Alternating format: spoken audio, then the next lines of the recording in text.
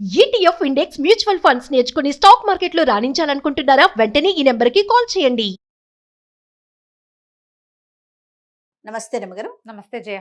రమగారు, కొంతమంది బాధపడుతూ ఉంటారు. నేను ఏ తప్పు చేయకపోయినా ఎప్పుడు నాకు అవమానం జరుగుతూనే ఉంది, అపవాదులు మోయాల్సి వస్తూనే ఉంది, అందులో నా ప్రమేయం లేదు, ఏదో పోనీ ఇంతున్నా ఇంత మోయాల్సి వస్తుంది అనేసి దాని నుంచి అంటే ఎలా ఉంటారంటే కుంగిపోతారు రమగారు.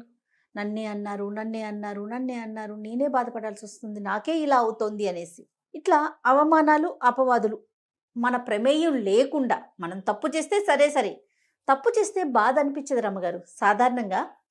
సరేలే నా అంటే అట్లా ఆలోచించరంటారేమో. మరి ఆలోచిస్తారు కానీ వాడికి లోపల తెలుసుగా ఏదో డిఫెన్స్ ఇస్తారు, పర్వాలేదు, లైట్ తీసుకుంటారు. అదే మన తప్పు లేకుండా జరిగితే కొంతమంది అసలు వదలలేకపోతారు. చాలా మంది వదలలేరు. ఎవరో ఒకళ్ళిద్దరు వాడి పాపను వాడే పోతాడు అనుకునే వాళ్ళు లోక సహజంగా ఉండరు, చాలా తక్కువ. అవును స్ట్రెస్ ఫీల్ అయిపోతారు. అది వెన్నాడేసి నుంచి తీయలేకపోతారు రమ్మగారు. తిండి తిండ్రు, నిద్రపోరు, ఇంకా ఎంత నీరసంగా అయిపోయి వేరే పని మీద ఫోకస్ కూడా చేయరు. పోనీ మీరు అన్నట్లుగా వాడి పాపను వాడేపోతాడు, యూనివర్స్ చూస్తుంది, ఇట్లా ఓవరాల్ గా ఆలోచించుకోలేకపోతారు కదా. వీటి నుంచి బయటపడాలంటే ఎట్లా? మొదట స్ట్రాంగ్ మెంటాలిటీ డెవలప్ చేసుకోవాలి. అవును రమ్మగారు. మనసు దృఢపరచుకోవటం. నేను ఇక్కడే ఆగిపోతే ముందుకెళ్ళలేను, ఇక్కడ ఆగకూడదు, స్టక్ అయ్యానని చెప్తున్నారు చాలా మంది. నేను స్టక్ అయ్యా అక్కడే ఎంత స్టక్ అయిపోతావు నువ్వు. స్టక్ అవటం వల్ల నీకు ఏం ఉపయోగం జరిగిందో ఆలోచించు మొదట. అవును, నువ్వు ఏం పోగొట్టుకున్నావో కూడా నువ్వు ఆలోచిస్తే పోగొట్టుకున్నవి పెద్దవి, నువ్వు పొందింది చాలా తక్కువ, అసలు ఏం లేదు. స్టక్ అవడం ఒకటే మిగిలింది. ఏమేం పోగొట్టుకున్నాను స్టక్ అవటం వల్ల? చిన్నవి చేయ, అత్తగారితోటో తోడుకోడలతోటో ఆడపడితోటో ఏదో తగాదా వస్తుంది. అవును, తగాదా లేదా అన్నదమ్ములతోటి, ఇది బాగా కనపడుతోంది. అక్క చెల్లెళ్ళతోటి తగాదా వస్తే బిగుసిపోతారు ఇద్దరు. మామూలు వాక్యం, నువ్వే చేసావు, నువ్వు చిన్నప్పటి నుంచి ఇంతే, నువ్వు అప్పుడు కూడా అలాగే చేసావు అంటే నేనేం చేయలేదంటారు వీళ్ళు. నేనేం చేయలే, అప్పుడు అలా జరిగిందంటే రెండో వాళ్ళు దాన్ని ఒప్పుకోరు. వాళ్ళేమో ఇదే ఏదో చేసేసిందని వాళ్ళు నమ్ముతారు. నన్ను అన్నారో అని వీళ్ళు గింజుకుంటారు, ఇద్దరు బిగుస్తారు. క్రమంగా మాటలు మానేస్తారు. ఎక్కడైనా కనపడినా ఏదో తూష్ణీభావం వహిస్తూ ఉంటారు, అంతే. అక్కడి నుంచి పిల్లలు మాట్లాడుకోవడం మానేస్తారు, మొగుళ్ళు మాట్లాడుకోవడం మానేస్తారు. అక్క చెల్లెళ్ళు అయితే వీళ్ళింటికి వాళ్ళు వెళ్ళరు, వాళ్ళ ఇంటికి వీళ్ళు వెళ్ళరు, పిలవరు. అయిందా పోనీ ఇలాగే ఉన్నాం. ఏ పెళ్లి వీడియోనో చూస్తారు, లేదా ఎవరైనా కనపడి మీ అక్క బాగుంది, అబ్బా నీ పెళ్ళికి ఎంత బాగా చేసిందే, నీ చీరకు ఎంత బాగా వర్క్ చేసిందే, మీ అక్క చిన్నప్పుడు నిన్ను ఎత్తుకుని తిరిగేది, ఇలాంటివేవో వాక్యాలు వినపడతాయి. గింజుకుపోతూ ఉంటారు లోపల. అక్క కావాలనిపిస్తుంది, అడగటానికి మళ్ళీ బాధ చాలా కావాలి. ఎందుకంటే నువ్వు స్ట్రక్ అయిన విషయం ఒకటి ఉంటే నువ్వు వాళ్ళ క్లోజ్నెస్ విషయాలు ఇన్నుంటాయి. మన పెళ్ళిళ్ళ వీడియోలు పాతవి ఇట్లా స్ట్రక్ అయిన వాళ్ళంతా మీ వీడియోలు తీసి చూసుకోండి ఒకసారి. నాకు మీరు ఈ మాట చెప్తుంటే నాకు బలగం సినిమా గుర్తొచ్చింది రమ్మగారు. గుర్తుందా? మూవీలో వాళ్ళ మేనత్త ఆవిడ గుర్తు చేస్తుంది, చిన్నప్పుడు ఎంత బాగా చూసుకున్నాడు, మీ అన్నలు ఎలా చూసుకున్నారు, నువ్వేం చేస్తే వాళ్ళు ఏం చేస్తారు అనగానే వాళ్ళకి ఒకరికొక క్యారెక్టర్స్ కి కళ్ళల్లో నుంచి నీళ్ళు వచ్చేస్తా ఉంటాయి. చెప్తుంటే నాకు కూడా అలాగే అనిపిస్తుంది. ఎంత నాస్టాలజిక్ గా ఉంటుందో. ఒక్కసారి మన పెళ్ళప్పుడు, మన చిన్నప్పుడు, మన స్కూల్కి వెళ్ళేటప్పుడు అక్కతో తగాదాలు వచ్చినవి ఎన్నున్నాయో, అక్క మనని బాగా చూసుకున్నది కొన్ని వందలు ఉంటాయి. ఈ తగాదాన్ని పట్టుకుని ఇక్కడ స్టక్ అయ్యి మనం దాన్ని వదిలిపెట్టేస్తాం. అవును, ముందుకెళ్ళలేకపోతాం. అవునండి, వెనక్కి వెళ్ళండి. వెనక్కి వెళ్ళమంటారు. వెనక్కి వెళ్ళండి. వెళ్ళి వాళ్ళతోటి మనకున్న ఇవి అన్ని జ్ఞాపకాలు, వాళ్ళతో మనకున్న అనుబంధం, వాళ్ళు మనకి ఏ విషయాల్లో సహాయం చేశారంటే బెస్ట్ పార్ట్ ఆలోచించండి, వర్స్ట్ పార్ట్ వదిలిపెట్టాలి. అక్కడే కదా మనం స్టక్ అయ్యాము. వర్స్ట్ పార్ట్ ఎన్ని ఉంటాయి రమ్మగారు? తక్కువ ఉంటాయి. ఇప్పుడు మనం ఎక్కడ స్టక్ అవుతాం? వర్స్ట్ పార్ట్ లోనే అక్కడ ఆగిపోతాం. ఎక్కడో ఒక దౌర్భాగ్య క్షణంలో మనకి వాళ్ళకి తగాదా వస్తుంది, అంతే. వాళ్ళకి మంచిది కాదు, మనకి మంచిది కాదమ్మా. కానీ ఇక్కడ ఇంకొక విషయం రమ్మగారు, ఈ వెనక్కి వెళ్ళటం అనేది తను వెళ్ళినప్పుడు నేను ఎందుకు వెళ్ళాలి అని ఆలోచన వస్తుంది. అందుకని మనం ఇద్దరికి చెప్తున్నాం, ఇది ఎవరో ఒకళ్ళకి చెప్పట్లేదుగా. ఇద్దరు ఆలోచించాలి. ఒకవేళ వీళ్ళకి సయోధ్య కుదర్చాలని ఎవరైనా భావిస్తే వాళ్ళు ఈ వెనకాల విషయాలు ఇద్దరికి గుర్తు చేస్తే ఆటోమేటిక్గా సర్దుకుంటుందమ్మా. ఇందులో పెద్ద పెద్ద తీవ్రమైనవి వ్యవహారాలంటే ఏదైనా ఎక్స్ట్రా మ్యారిటల్ ఎఫైర్స్, ఆస్తి పంపకాలు, అక్కడ కొంచెం కష్టమమ్మా. అలాంటి చోట ఇది సెట్ అవ్వదు. కానీ ఈ ఊరికే చిన్న మాట నువ్వు అంటే నువ్వు తూతూ మేమే అనుకుంటారు చూడు, ఇలాంటి చోట్ల ఖచ్చితంగా సెట్ అవుతుంది. మన వెనకది ఆలోచించుకుంటే అన్నీ నార్మలే ఉంటాయి. ఓకే. ఏం లేదు ఇంకా. నాకు ఎప్పుడు ఇలాంటివే వస్తాయి అంటారు కొంతమంది.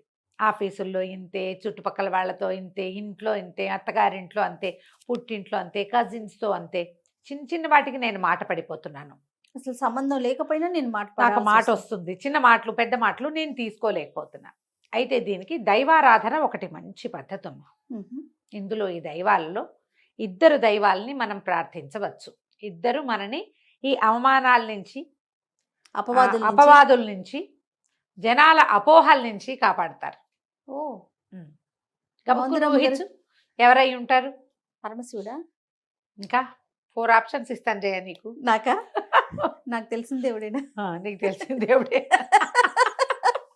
దేవుడా క్షమించు.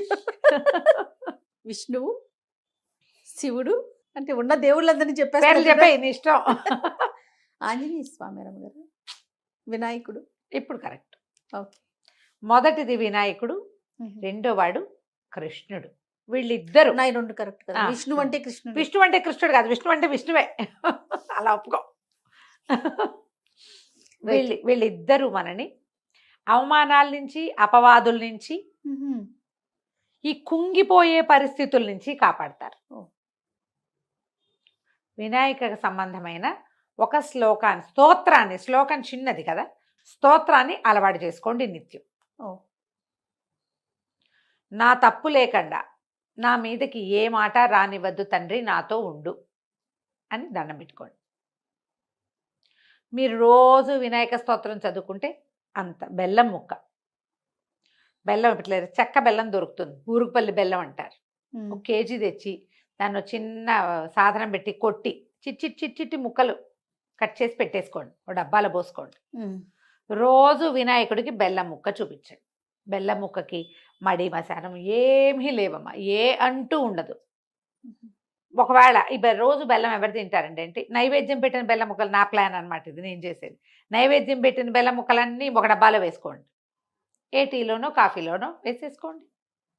పాయసాల్లో, ప్రసాదాల్లో పనికిరాదు. టీలో బెల్లం వేసుకోండి, చాలా బాగుంటుంది. బ్లాక్ కాఫీలో బెల్లము బాగుంటుంది, కషాయంలో బెల్లము బాగుంటుంది. అసలు మీరు ఏం చెప్పదలుచుకున్నారు రమ్మగారు? కాబట్టి బెల్లం ఎలాగా అన్న అనుమానం మీకు లేకుండా చెప్తున్నాను. నెక్స్ట్ ప్రశ్న అదే ఉంటది. ముందే చెప్పేసి. సరే, వినాయకుడికి ఏం చదువుకోవాలి? వినాయకుడికి మనము తెలుగు పద్యాలు దొరుకుతాయి, అవి చదువుకోవచ్చు. తర్వాత ఏమో ద్వాదశ నామావళి ఒకటి ఉంటుంది వినాయకుడిది, షోడశ నామావళి ఒకటి ఉంది. ఈ 2 స్తోత్రాల్లో ఏదైనా తీసుకోండి. ఓకే. సుముఖశ్చేకదంతశ్చ కపిలో గజకర్ణికః ఇలా మొదలయ్యేది ఒకటి. ప్రణమ్య శిరసాదేవం గౌరీపుత్రం వినాయకం భక్తావాసం స్మరే నిత్యం ఆయుఃకామార్థ సిద్ధయే, ఇది ఒకటి స్తోత్రం.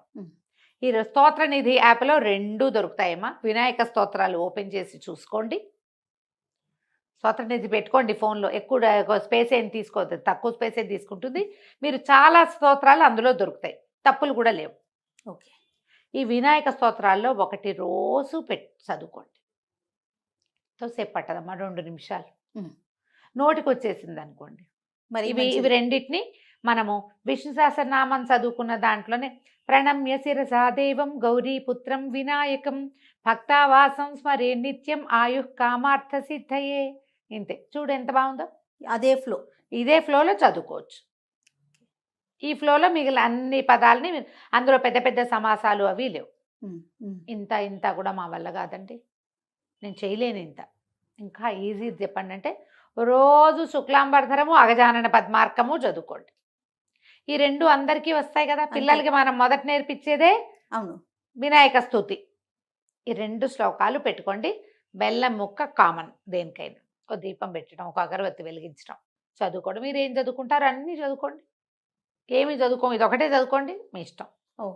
దీని తర్వాత వాడు కృష్ణుడికి సంబంధించిన ఏదైనా ఒక స్తోత్రం తీసుకోండి. మా భాగవతంలో ధ్రువుడికి నారదుడు ఉపదేశించినది ఓం నమో భగవతే వాసుదేవాయ కనపడుతుంది క్లియర్గా. ఎవరైనా పురోహితుడు మన ఇంటికి వచ్చేవాళ్ళు ఉంటే వాసుదేవ మంత్రం ఉపదేశించండి గురుగారు అని ఉపదేశం పుచ్చుకోవచ్చు. లేరు, మనమే ఓం నమో భగవతే వాసుదేవాయ చెప్పుకోవచ్చు. రమ్మగారు, ఎప్పుడు నేను ఒకటి ఈ విషయం అడుగుదాం అనుకుంటున్నాను. మనం చదువుకునే దానికి అదే మంత్రం, గురువు ఉపదేశించిన దానికి తేడా ఏముంటుందండి? చాలా ఉంటుంది జయ.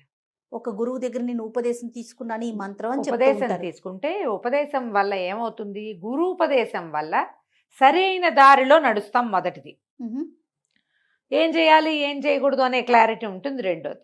మూడోది, నువ్వేదైనా పొరపాటు చేస్తే నిన్ను దిద్దుతాడు గురువు. నీవేదైనా తప్పు చేస్తే నీకు ఉపదేశించిన గురువుదే ఆ తప్పు, కానీ నీ తప్పు కాదు. నువ్వు తప్పు చదువుతుంటే నీ కరెక్టే నీ వరకు. ఆ తప్పుల మోత గురువు తీసుకుంటాడు. మనం చీకటిగా ఉంది జయ, ఎక్కడికో వెళ్తున్నాం, లైట్ లేవు, దారి తెలీదు, కళ్ళు పొడుచుకున్న కానరాంది చీకటి. ఈ చీకట్లో ఎట్లో అట్లా అట్లా అట్లా తడువుకుంటూ వెళ్ళినా వెళ్తావు నువ్వు, అక్కడికి అడంగు చేరతావు ఎప్పటికో ఒకప్పటికి. ఎవరైనా మన చేయి పుచ్చుకున్నారు, మన ముందు నడుస్తున్నారు, మన చెయ్యి పుచ్చుకుని చెయ్యి వెనక్కి చెయ్యి అందించి నడుస్తున్నారు, అతనిలోంచి ఒక కాంతి వస్తుంది. ఆ కాంతిలో నువ్వు నడిచి వెళ్ళిపోతావు చూడు, సులువుగా. ఏది ఈజీ, ఇదే అదే. అంతేకా, పట్టుకుని నడిపిస్తేనే కదా సులువుగా వెళ్ళిపోతాం. ఒకవేళ నిన్ను గోతలో దింపాడు అనుకో ఆయన, ఆ ముందు తీసుకెళ్ళేవాడు, నీ తప్పు కాదు, గోతలో దిగిన తప్పేం ఉండదు నీకు, గురువుది తప్పు అవుతుంది. ఇప్పుడు అందుకని ఆధ్యాత్మిక గురువు అనేది మనం ఎప్పుడు చెప్పుకుంటాము, ఎవరైనా గట్టిగా ఈ మంత్రాల్ని దీంట్లో ఉన్నవాళ్ళు, ఉపదేశం ఇవ్వగలిగే అర్హత ఉన్నవాళ్ళు, వాళ్ళు కూడా ఆ అర్హత ఉన్న గొప్పవాళ్ళు కూడా అందరికీ ఇచ్చేయరు. ఎవరు దీనికి తగిన వాళ్ళో పాత్రత చూసి చేసుకోగలిగే దాన్ని చూసే ఇస్తారు. అందుకని యూట్యూబ్ గురువులు అనుకోకండి, మామూలుగా చెప్తాను, నేను చెప్పినా కూడా అంతే, నన్ను గురువుగా అనుకోకండి అమ్మా. మంచి మాట చెప్పడానికే, మంత్రానికి మనం పనికిరం, శ్లోకానికి పనికొస్తాం. ఈ శ్లోకం చదువుకోండి అని చెప్పచ్చు. మంత్రము డిఫరెంట్ ఫ్రమ్ శ్లోకం సార్వజనీయమైంది, చదువుకోవచ్చు అందరూ. మంత్రం అట్లా కాదు, వచ్చే పవర్ హౌస్ అది. ఇక్కడ కూడా అంతే, మీరు చదువుకోదలుచుకుంటే ఓం నమో భగవతే వాసుదేవాయ చదువుకోండి, లేదు మీకు వచ్చు చక్కగా కృష్ణాష్టకం చదువుకోండి. కృష్ణ నాతో ఉండు తండ్రి, నన్ను తీసుకెళ్ళు సరిగ్గా, నాకు ఏ ఇబ్బందులు రానివ్వద్దు, నాతో ఉండు. నువ్వు మీతో ఎప్పుడు ఉంటాడు, ఎవరైనా మనతో ఎప్పుడు ఉంటారు జయ, మనం ఉంచుకుంటే కాదు, అంతేగా, ఉంచుకోవాలి. ఇప్పుడు పిలవాలి, మనం పిలిస్తే వస్తాడు, ఉంచుకోవాలి. కృష్ణుడు పిలిస్తే గాని రాడమ్మా.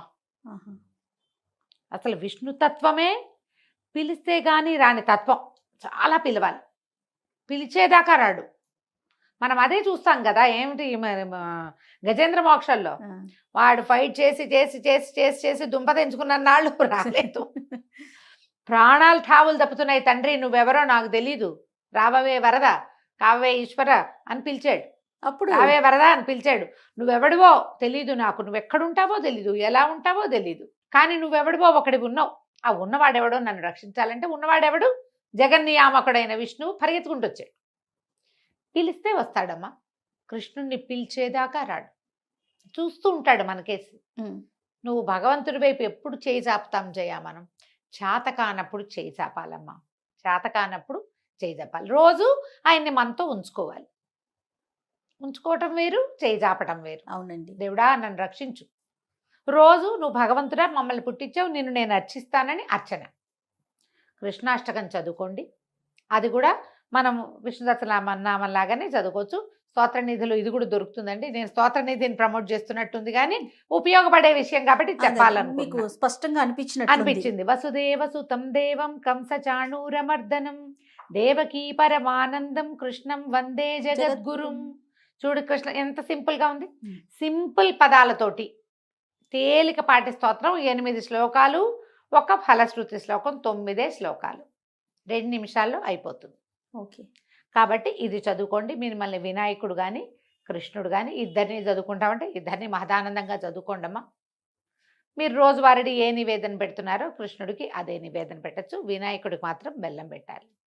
దీనివల్ల మీకు అపవాదులు, అపనిందలు, అవమానాలు, చిన్న వాటికి చిన్నబుచ్చేసుకోవాల్సిన పరిస్థితి, దాని నుంచి కొంత మీరు తప్పుకుంటారు. దీంతోపాటు మీరు మానవ ప్రయత్నంగా జాగ్రత్తగా ఉండండి. ప్రతి దాని నుంచి మనం ఒక పాఠం నేర్చుకుంటూ ఉండాలి.